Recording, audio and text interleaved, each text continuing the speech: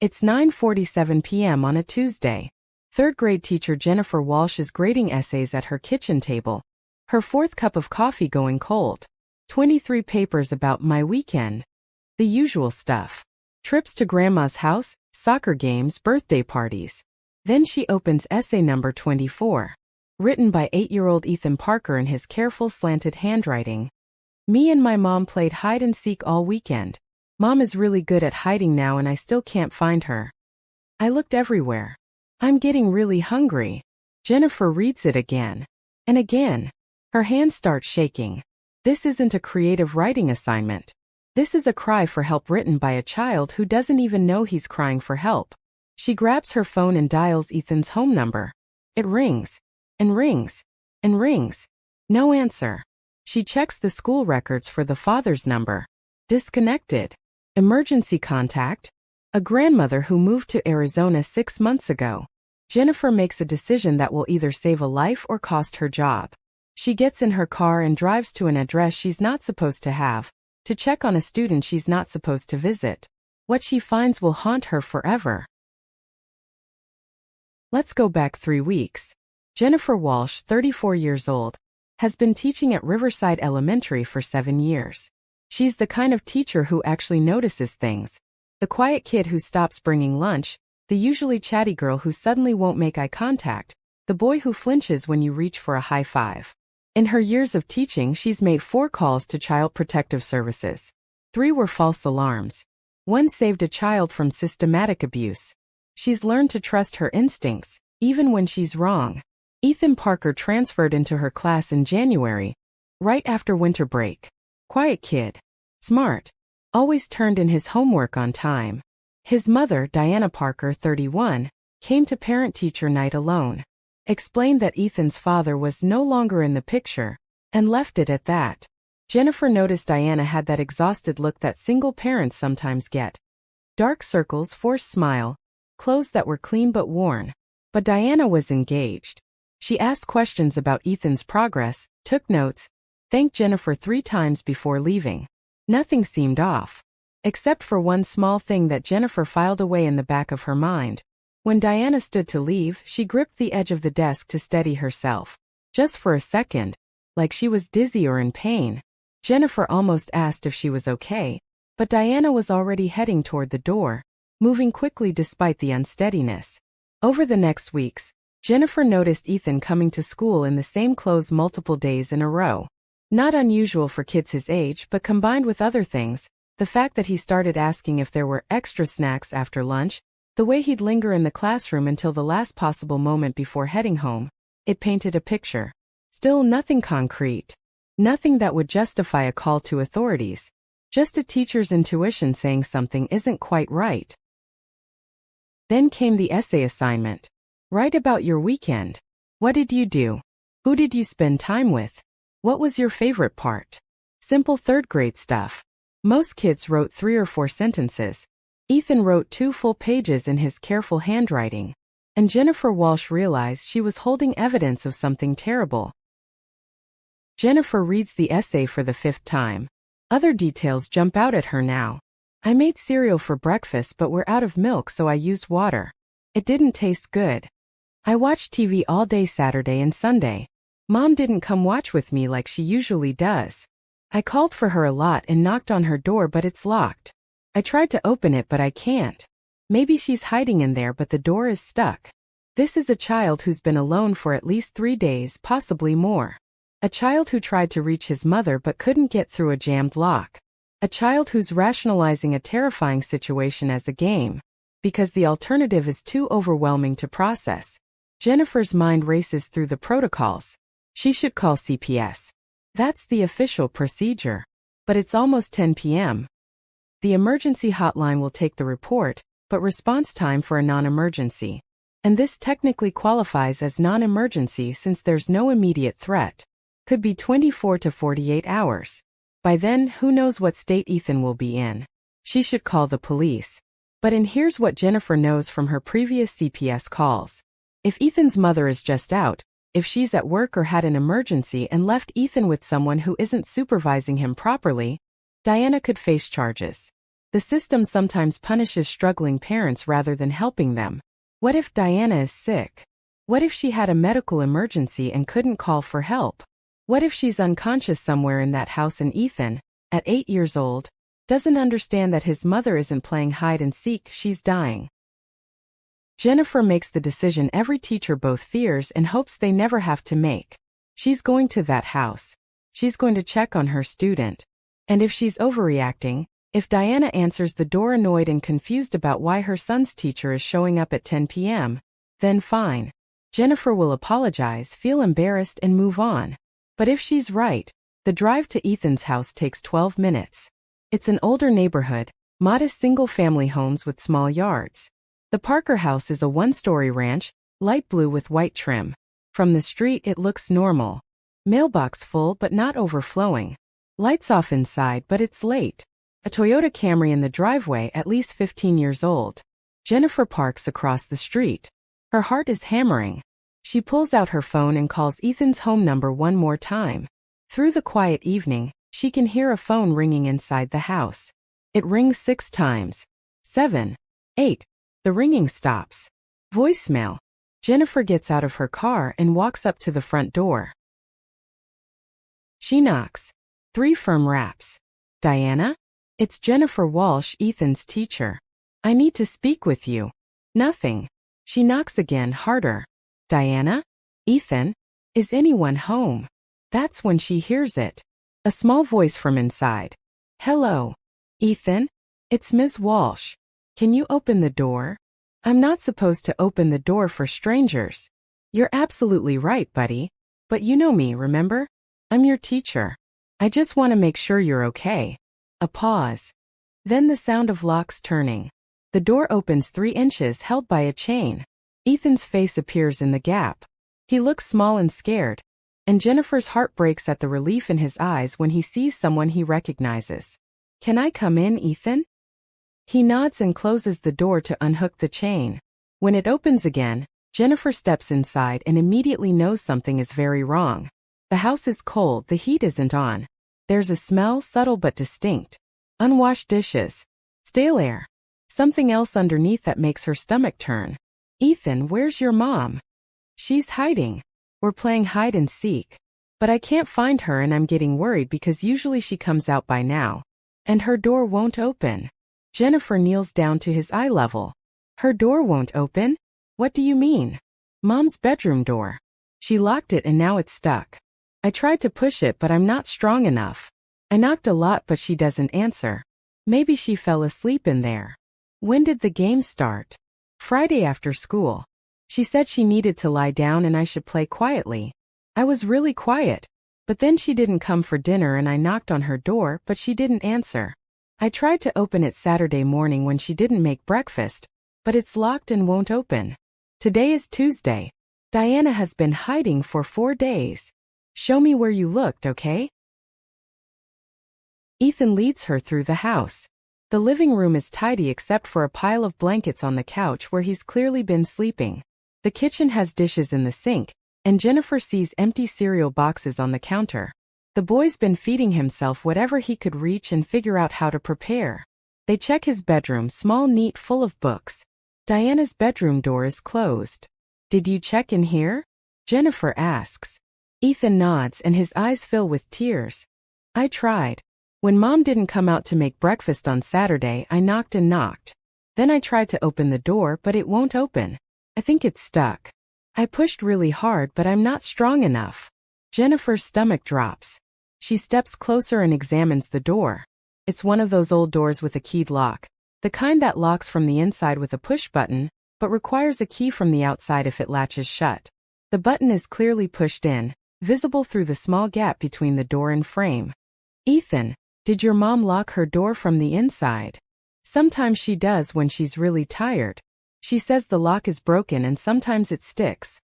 Jennifer understands immediately. Diana locked herself in, probably feeling too ill to deal with anyone, maybe not wanting Ethan to see her in that condition. Then the old, faulty lock mechanism jammed. Even if Diana had wanted to unlock it from the inside, she was likely too weak. And Ethan, at 8 years old, didn't have the strength or knowledge to force it open. Ethan, I need you to wait in the living room. Okay? I'm going to get this door open. You can open it. I'm going to try. Ethan walks back down the hallway, hope flickering in his eyes for the first time in days. Jennifer waits until she hears him reach the living room. Then she examines the door more carefully. These old locks can usually be opened with a small, thin object, a bobby pin, a paperclip, anything that can fit into the small emergency release hole on the outside knob. She searches her purse and finds a small safety pin attached to a spare button. She unbends it, inserts it into the tiny hole on the doorknob, and pushes hard. She feels the mechanism give way with a soft click. The door opens. Diana Parker is in bed, covered to her chin with blankets. For one horrible moment, Jennifer thinks she's looking at a dead body. Then Diana's chest rises slightly. She's breathing but barely. Her face is gray, covered in sweat. Her lips are cracked and pale. Jennifer rushes to the bedside. Diana? Diana, can you hear me? She pulls back the blankets and gasps. Diana is dressed in sweatpants and a t-shirt, both soaked through with sweat. Her right leg is severely swollen, nearly twice the size of her left, with angry red streaks running up toward her hip. Jennifer grabs her phone and dials 911. 911, what's your emergency? I need an ambulance immediately. Woman in her 30s unconscious, severe leg infection, possibly septic. Jennifer rattles off the address while checking Diana's pulse. It's there but weak and rapid. Is she responsive? Barely. She's been like this for approximately 4 days. 4 days? Why wasn't help called sooner? She's alone with her 8-year-old son. He didn't know she was sick. Jennifer's voice cracks. He thought they were playing hide and seek. There's a brief pause on the other end. Ambulance is 3 minutes out. Stay on the line. Jennifer goes back to the hallway. Ethan is standing there, having not followed her instruction to wait in the living room. He's staring at her with huge, terrified eyes. Is my mom okay? Jennifer makes a split-second decision about how much truth a child can handle. Your mom is very sick, Ethan. She's been sick for a while. But the doctors are coming to help her right now, okay? She wasn't hiding. She was too sick to get up. Why didn't she tell me? And that's the question that breaks Jennifer's heart. Because she knows the answer. Diana Parker, single mother, probably no insurance or terrible insurance, probably working multiple jobs, probably living paycheck to paycheck, got injured or infected and thought she could push through it. She probably told herself it was just a sprain, just a bug bite, just something that would get better on its own because she couldn't afford to miss work or pay for a doctor's visit.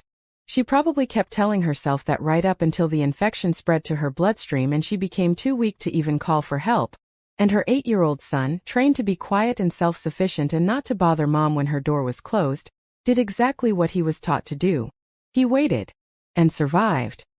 And told himself they were playing a game because the truth was too scary. The paramedics arrive and immediately start working on Diana. For fluids, oxygen, vital signs called out in urgent tones. Blood pressure 78/52. Heart rate 142. Temperature 104.3. We need to move now. They load Diana onto a stretcher. She's still unconscious. Her body shut down from days of fighting an infection without help. One paramedic, a woman in her 50s with kind eyes, looks at Ethan. Is there anyone we can call for you, sweetheart? Grandparents? A family friend? Ethan shakes his head. Jennifer steps forward. I'm his teacher. I can stay with him until we figure out next steps. The paramedic nods. We're taking her to St. Mary's. You should follow. And we'll need to contact Child Protective Services. I understand. Jennifer drives Ethan to the hospital, making calls along the way. First to the school principal, explaining the situation. Then to CPS, giving them all the information. Then to the one emergency contact they have on file. Diana's mother in Arizona, who answers on the 4th ring, groggy and confused until Jennifer explains what's happening. The grandmother starts crying. I told Diana to ask for help. I told her to let me send money. She's too proud, too stubborn. Is Ethan okay? Is my baby okay? Ethan is safe. Diana is in critical condition. I'm getting on the first flight. Tell Ethan his Grammy is coming. At the hospital, they wait. Ethan sits in a plastic chair, swinging his legs, still not fully processing what's happening. A nurse brings him a sandwich and apple juice. He eats mechanically, not tasting anything. Jennifer stays. She's not required to. Her job was to report the situation, which she's done. But something in her won't let her leave this child alone. At 2:47 a.m., a doctor comes out. Diana is stable. The infection was caused by a deep puncture wound on her ankle that she'd apparently gotten at work. She was a warehouse worker, and something had fallen and pierced through her shoe. She'd cleaned it and bandaged it, but the wound was deep and became infected. By the time she realized it was serious, she was already too weak to get help. She's lucky, the doctor says. Another 12 hours and we'd be looking at amputation, possibly worse. Septic shock is no joke. Can I see her? Ethan asks. His first words in hours. Soon, buddy. Let the doctors finish helping her first. Diana Parker spent 9 days in the hospital. During that time, Ethan stayed with Jennifer Walsh, an arrangement that was technically against about 17 different regulations, but which everyone involved agreed to overlook given the circumstances. Jennifer's small apartment became temporary home to a traumatized 8-year-old who had nightmares every night about his mother hiding and never being found. When Diana finally woke up, fully conscious and coherent on day 3, the first thing she did was cry. Not from pain but from shame and guilt and the overwhelming relief that her son was safe. Jennifer was there when Ethan was finally allowed to visit. The reunion was quiet but intense, Diana holding her son like she'd never let go, whispering apologies over and over. Later, when Ethan was distracted by a child life specialist showing him the hospital playroom, Diana talked to Jennifer. I couldn't afford to miss work. I have no sick days. No health insurance. I was 2 weeks from having enough saved to get us into a better apartment in a better school district. I thought I could push through. I've always pushed through. She paused, tears streaming down her face. And then Friday night I felt so sick I could barely move. I locked my bedroom door because I didn't want Ethan to see me like that. I must have looked terrifying. But that old lock, it jams sometimes, and by Saturday morning I was too weak to even unlock it from the inside. I could hear Ethan knocking, calling for me, and I couldn't get to him. I tried to yell but my voice was gone. I couldn't do anything. Jennifer didn't judge. How could she? In a country where medical bankruptcy is the leading cause of personal financial collapse, where a single mother working full-time can still struggle to make ends meet, Diana's choice, to try to tough it out, to avoid the cost of medical care, to put her child's future ahead of her immediate health, was rational even if it was dangerous. And the faulty lock that trapped her was just another symptom of poverty. Living in a place with broken fixtures you can't afford to fix. You almost died, Jennifer said quietly. I know. And Ethan would have been alone. He would have. Diana couldn't finish the sentence. But he wasn't.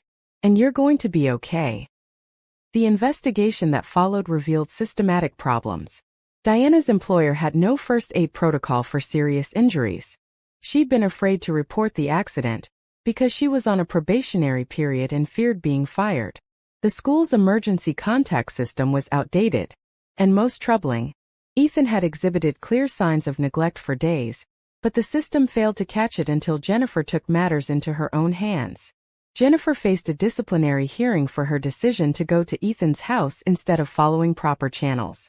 The union defended her. So did Diana. So did other parents who heard the story. In the end, the district quietly dropped any potential charges, though they did make Jennifer attend additional training on proper reporting procedures. But here's what really matters. Diana recovered. The hospital's social worker connected her with resources, Medicaid enrollment, food assistance, free legal aid to pursue workers' compensation. Diana's mother moved back from Arizona to help. The warehouse fired Diana, but with the workers' comp settlement and her mother's support, she was able to take time to heal properly and eventually found a better job with actual benefits. Ethan continued in Jennifer's class. His essays became longer, more complex, more hopeful. In one assignment about heroes he wrote, "My hero is Ms. Walsh because she found my mom when she was hiding and she was too good at hiding. Ms. Walsh broke the rules to help us and that's what heroes do." This story could have ended so differently. If Jennifer had been just a little more tired that Tuesday night, a little less willing to trust her instincts. If she'd decided that following protocol was more important than following her gut. If she'd waited until the morning to make that call. Diana would likely have died. Ethan would have continued surviving alone, possibly for another day or two before someone noticed. By then, he would have been severely malnourished, possibly dehydrated, and undoubtedly traumatized beyond what any 8-year-old should endure. But Jennifer paid attention. She noticed the small details, the repeated clothes, the requests for extra snacks, the lingering after school. And when she saw that essay, she didn't dismiss it as creative fiction or childhood exaggeration. She took it seriously. Here's what this story teaches us. Sometimes the rulebook is wrong. Sometimes following proper channels means people die while you're filling out forms. Sometimes breaking the rules is the right thing to do, even if you face consequences. But more importantly, this story is about paying attention. In our busy, distracted world, it's easy to miss the signs. The quiet kid who's too well behaved. The perfect homework that's actually a disguised plea for help. The parent who's struggling but too proud or too scared to ask for assistance.